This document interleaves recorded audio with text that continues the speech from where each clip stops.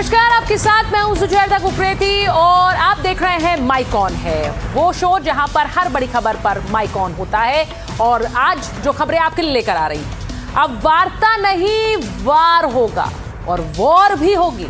जी, आज की सबसे बड़ी खबर यही है क्योंकि ईरान ने बातचीत से मना कर दिया है। वो बातचीत जिसके लिए मेज सज चुकी है इस्लामाबाद में, उस बातचीत के लिए ईरान नहीं जाने वाला है। अब अगर बातचीत नहीं होगी तो आगे क्या होगा? अमेरिका क्या कर सकता है? ईरान क्या करने की तैयारी कर रहा है? आज आपको दिखाऊंगी। इसी के साथ आपको बताऊंगी ईरानी जहाज अमेरिका का बंदी बन गया है। ये आज की बड़ी खबर आपको दिखाने वाली हूं। ईरान के जहाज पर कैसे अमेरिका ने हमला कर दिया, उसी हॉर्मूज के अंदर हमला कर दिया जिस हॉर्मूज पर ईरान दूसरे जहाजों को रोक रहा था। वहां अब अमेरिका ने अपनी चलाई और ईरानी जहाज को रोक दिया। वो पूरा वीडियो भी आज आपको दिखाऊंगी। इसी के साथ आज आपको दिखाऊंगी जेडी वैंस, अमेरिका के उपराष्ट्रपति, उन्हें क्या पाकिस्तान में खतरा है? क्यों डोनाल्ड ट्रंप ने पहले जेडी वैंस को इस्लामाबाद भेजने से मना कर दिया? क्या उनकी सुरक्षा को लेकर कोई बड़ी सूचना है? आज वो भी आपको बताऊंगी। और इसी के साथ आपको दिखाऊंगी कि भारतीय राजनीति में झालमुड़ी का स्वाद कैसे लिया जा रहा है। बंगाल की सियासत में झालमुड़ी पर ममता वर्सेस मोदी कैसे हो गया है। कल नरेंद्र मोदी की तस्वीरें झालमुड़ी खाते हुए आई, आज उस पर पलटवार किया है ममता बनर्जी ने। लेकिन इन सब के बीच योगी आदित्यनाथ भी बंगाल पहुंच गए। आज ये सारी तस्वीरें आपके सामने होंगी। लेकिन सबसे पहले बात डाका बंदी वर्सेस वार्ता बंदी, क्योंकि एक तरफ जो बातचीत की टेबल सजी है वो बातचीत की टेबल का भविष्य नजर नहीं आ रहा है। इसीलिए कह रहे हैं क्या वार्ता बंदी होगी, यानी वार्ता पर कोई बात आगे नहीं बढ़ेगी। दूसरी तरफ समुद्र डकैत होने के आरोप लग रहे हैं अमेरिका पर।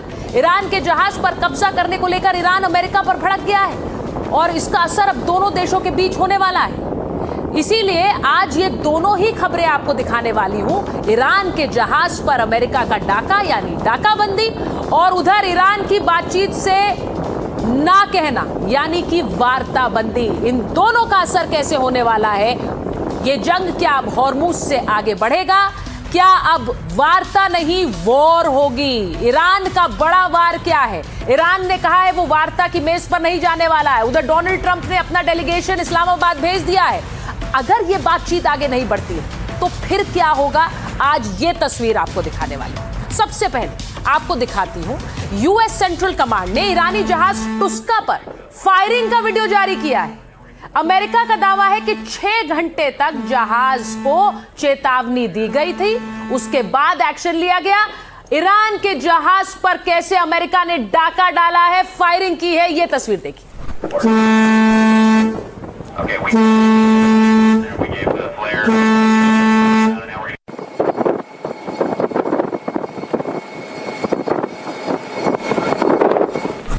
Motor vessel Toska, vacate your engine room. Vacate your engine room. We're prepared to subject you to disabling fire. Okay, we gave the flare. Now we're getting. तो ये जो आपने तस्वीर देखी है, इसमें ईरानी जहाज को अमेरिकी नेवी कैसे सीधे सीधे अलर्ट जारी कर रही है। और वो कह रही है ईरानी जहाज को, टुस्का ईरानी जहाज का नाम है, और वो नाम लेकर उन्हें अलर्ट कर रही है कि आप पीछे हो जाइए, आप आगे मत जाइए। ये सब इसलिए क्योंकि अमेरिका ने हॉर्मूज में नाकेबंदी कर रखी है और इसीलिए ईरानी जहाज भी हॉर्मूज से बिना अमेरिका की रजामंदी के नहीं जा सकता है। तो जरा सुनिए, अपना इंजन कक्ष खाली करिए, आगे मत बढ़िए, हम आपको निष्क्रिय करने के लिए तैयार हैं। यानी फायरिंग करेंगे और फिर फायरिंग हो जाती है। ये जो तस्वीर आप देख रहे हैं,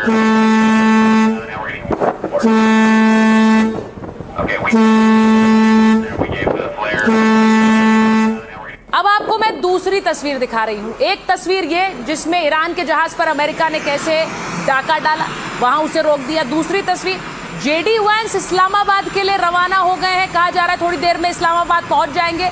ये बड़ी खबर इसलिए है क्योंकि जेडी वैंस के पहले जाने पर सस्पेंस था। वो जाएंगे कि नहीं जाएंगे ये आगे आपको बताऊंगी, क्योंकि डोनाल्ड ट्रंप को जेडी वैंस की सुरक्षा को लेकर खतरा दिख रहा था। ये पूरी खबर भी आगे आपको दिखाऊंगी। लेकिन फिलहाल जेडी वैंस इस्लामाबाद के लिए रवाना हो गए। अब इसी के साथ जो दूसरा पक्ष है ईरान, उनके खेमे में क्या हो रहा है? ईरान के शामिल होने पर अभी भी सस्पेंस बना हुआ है। ईरान ने सीधे सीधे बातचीत से मना कर दिया। फिर उसके बाद खबर यह आई कि ईरान शायद इस बातचीत को आगे बढ़ा ले, क्योंकि वहां बातचीत हुई थी ईरान के राष्ट्रपति मसूद पेजेश्कियन से आसिम मुनीर की। लेकिन अब आपको बताती हूं ईरान ने स्टैंड क्या लिया है। अमेरिका के साथ बातचीत नहीं करेगा ईरान। ईरान ने बातचीत के प्रस्ताव को ठुकरा दिया है। डेलीगेशन को पाकिस्तान भेजने पर कोई फैसला नहीं लिया। ईरानी बंदरगाहों की नाकेबंदी पर भी दो टूक बयान दिया है। कहा है कि एक तरफ सीज फायर और दूसरी तरफ दबाव, ये नहीं चलने वाला। जब तक नाकेबंदी जारी है तब तक बातचीत नहीं करेंगे। पाकिस्तान से बातचीत में ईरानी विदेश मंत्री ने कहा, जहाजों और बंदरगाहों पर अमेरिका की नीति बिल्कुल साफ नहीं है, ऐसे में हम आगे बातचीत क्यों बढ़ाएं? वॉशिंगटन ईमानदारी से बातचीत नहीं कर रहा है, यह ईरान का मानना है। ईरान की समाचार एजेंसी IRNA के मुताबिक बातचीत में शामिल नहीं होने के पीछे कई कारण हैं। उनमें से एक कारण यह कि ट्रंप बार बार विरोधाभासी बातें कर रहे हैं, यानी एक कहते हैं फिर उसका ही उलट दूसरे पल कहते हैं। सोशल मीडिया के जरिए वो धमकी भी दे रहे हैं। अमेरिका बहुत ज्यादा सख्त मांगे रख रहा है, यह भी ईरान का मानना है। और अमेरिका की मांगे वास्तविक नहीं है। ईरानी जहाजों को आने जाने से रोका जा रहा है। ईरान इसको सीज फायर का उल्लंघन मानता है। ईरानी विदेश मंत्रालय के प्रवक्ता ने बयान दिया। उन्होंने कहा कि पाकिस्तान को 10 सूत्रीय प्रस्ताव हमने सौंप दिया है।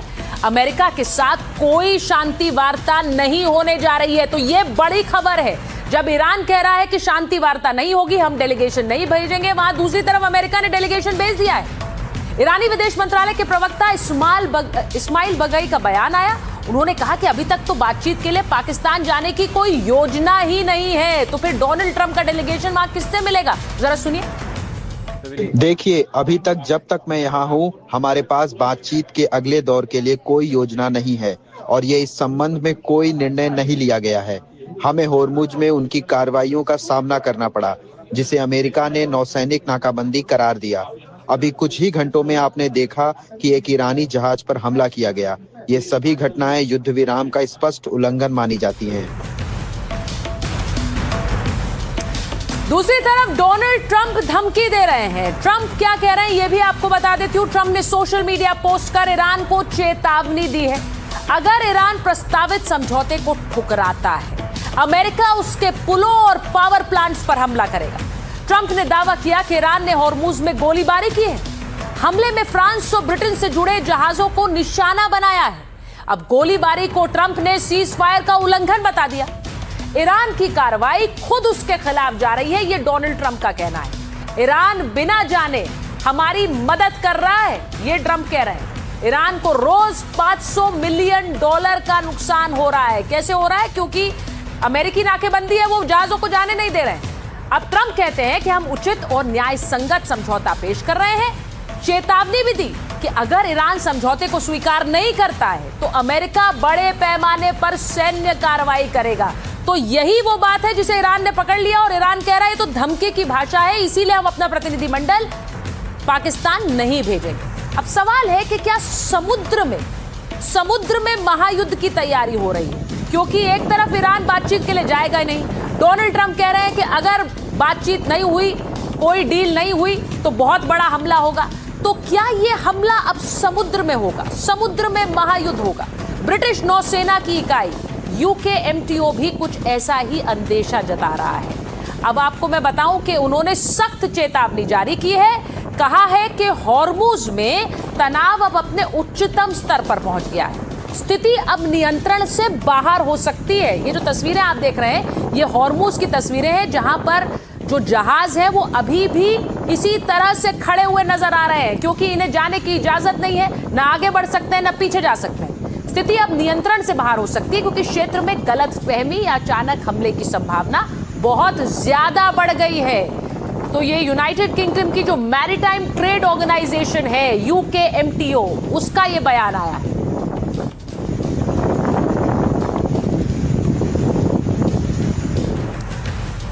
अब सबसे बड़ा सवाल यही है कि अगर दोनों देशों के बीच बातचीत नहीं हुई और बात नहीं बनी तो क्या होगा? ईरान होर्मुज पर पूरी तरह प्रतिबंध लगा सकता है। जी, बाबल मंदेब पर नाकेबंदी कर सकता है, यानी वो दूसरा ऑल्टरनेटिव रूट है जिसे इस वक्त अभी जहाज ले रहे हैं, उसको भी बंद कर देगा। परमाणु कार्यक्रम में अपनी तेजी ला सकता है, यह भी एक विकल्प है।